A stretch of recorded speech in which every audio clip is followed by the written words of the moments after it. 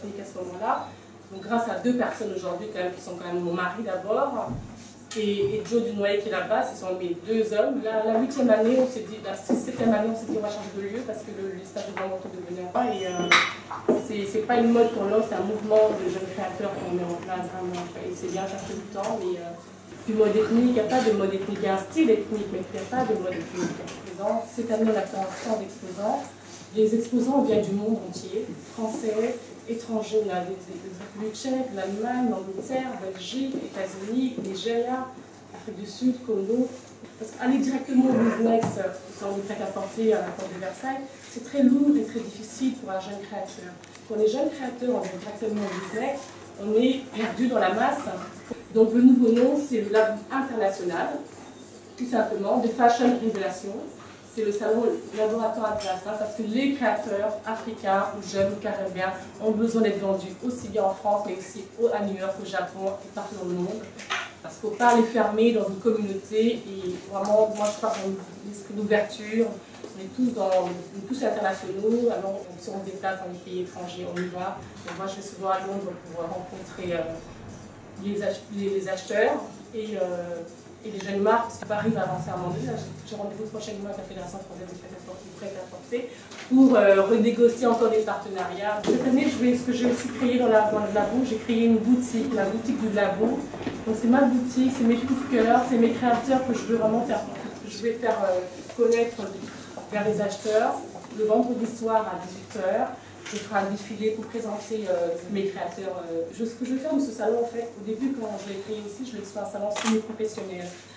Alors moi, là, c'est vraiment un but aussi, c'est vraiment particulier, en fait, de la vente directe, les créateurs peuvent vendre directement leurs pièces. Mais l'idée, c'est au final, vraiment, j'ai fait un peu depuis 2-3 ans, on fait du B2B, je invite quelques acheteurs. Et on a fait développer le bureau des achats depuis 3 ans. C'est difficile parce que les acheteurs français, très au bureau d'achat, là on a déjà une 15-20 je trouve qu'il y a des belles choses, il y a des choses très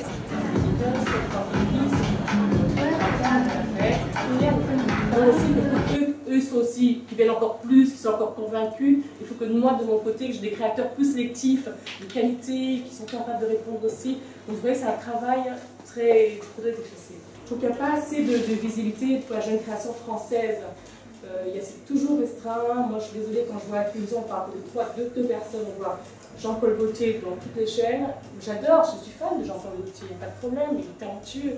Quand on voit Carla Buffet, pareil, il est talentueux. Mais je ne comprends pas, on voit même ça va marrant, on la voit à peine, mais je trouve qu'on ne voit pas assez de jeunes créateurs. J'espère qu'on pourra vraiment dispatcher, développer encore plus avec nos réseaux, avec ce que vous faites tous, pour venir expliquer un peu aux jeunes à la jeune création comment les aider aussi, pour qu'eux aussi soient aussi demain prêts, soient prêts face au marché. Le marché est très concurrentiel, très difficile. Les créateurs en ont de plus en plus dans ce monde. Les études par le fait de ne pas pouvoir acheter des vêtements, parce qu'il n'y avait que de l'exposition.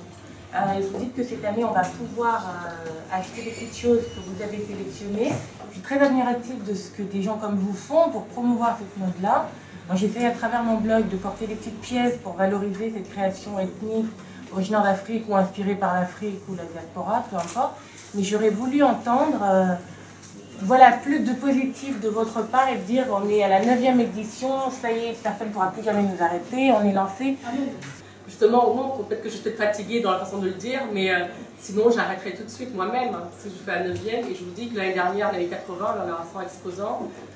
Non, au contraire, moi, je suis très surprise, les inscriptions, ça arrive tous les jours, mais j'ai des projets, on continue justement à créer encore ces projets-là. Et je suis étonnée parce qu'on a toujours fait des ventes, expositions-ventes.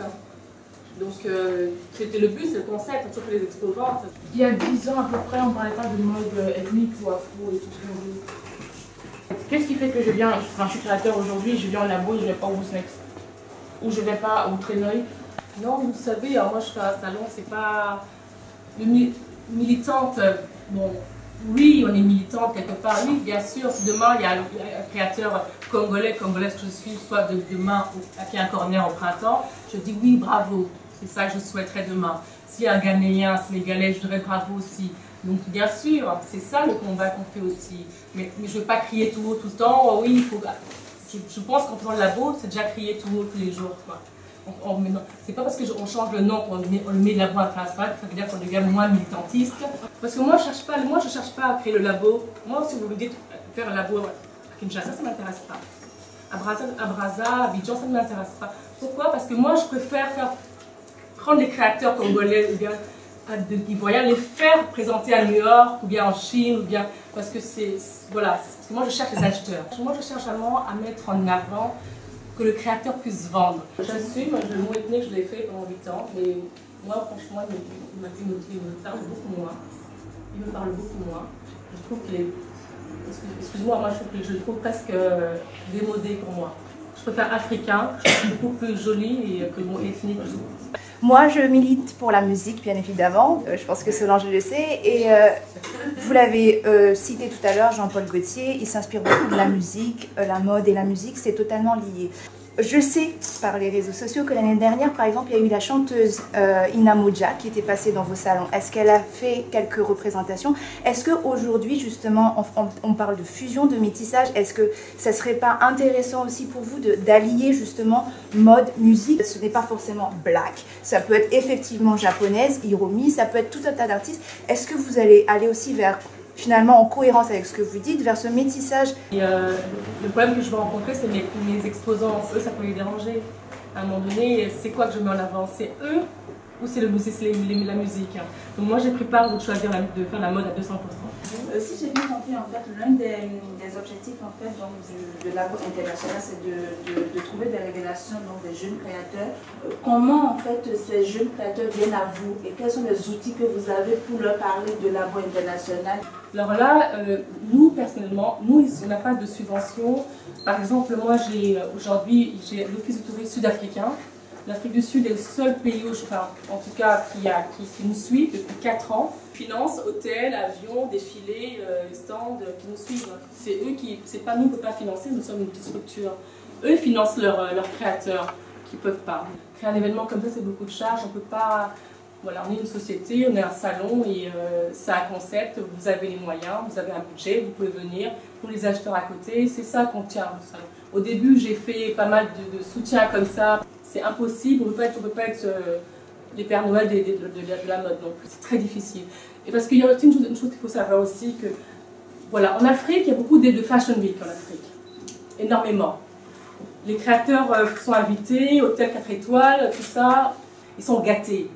Donc ils me disent, ouais, moi je vais quand je m'invite, dans chaque Fashion Week, moi tout est payé, logé, nourri. Moi je ne paye pas en France il n'y a pas d'argent. C'est très difficile, les subventions, c'est fini ça. Tout à l'heure, j'ai entendu dire que le but, en fait, c'était pas de faire, par exemple, un Labo International à Kinshasa ou à Brazza. Il faut reconnaître que quand l'Afrique, en fait, devient le continent, en fait, émergent, est-ce que, je ne dis pas pour tout de suite, mais est-ce que, voilà, dans les années à venir, il serait envisageable d'organiser, par exemple, un Labo International pour commencer en Afrique du Sud? Parce que de toute façon, l'intérêt, c'est d'ouvrir cet événement donc, sur le plan international, mais c'est aussi bien de faire venir en fait que ce soit les acheteurs ou les créateurs, donc de l'organiser une fois sur le continent, après voir le pays, et c'est peut-être ça va peut-être permettre au pays de se dire ben, l'événement se tient sur notre continent, ben voilà, on peut envoyer nos créateurs et peut-être ouvrir la porte après à ces créateurs de chaque pays à venir sur Paris. Mais voilà, est-ce que vous avez envie de... Ben oui, moi j'aimerais bien, si demain je dois faire un événement en Afrique, pour rencontrer ces jeunes créateurs qui ne peuvent pas se déplacer, moi à ce moment-là, j'aimerais bien y aller, avec des finances et emmener des acheteurs. Quels sont les critères de recrutement? Enfin, comment vous limitez vous limitez la prise de risque? Est-ce que quelquefois il y a des ratés? Oui, il y a des ratés, bien sûr. Et ma deuxième question porte sur le suivi en fait, des créateurs. Non, il n'y a pas d'accompagnement après. D'accord. Parce qu'on n'a pas encore c'est ça qu'on veut. C'est un service qu'on n'a pas encore développé. C'est un service qui est comme... Et des circuits particuliers où on vous oriente vers les créateurs, ça fonctionne par le bouche à oreille ou vous-même? Alors non, j'ai des grands frères, on va dire, en Belgique, au Nigeria, en Afrique du Sud, et à Londres, et aux États-Unis. Super, merci. Si vous avez plus de questions, moi je vous invite à prendre un petit...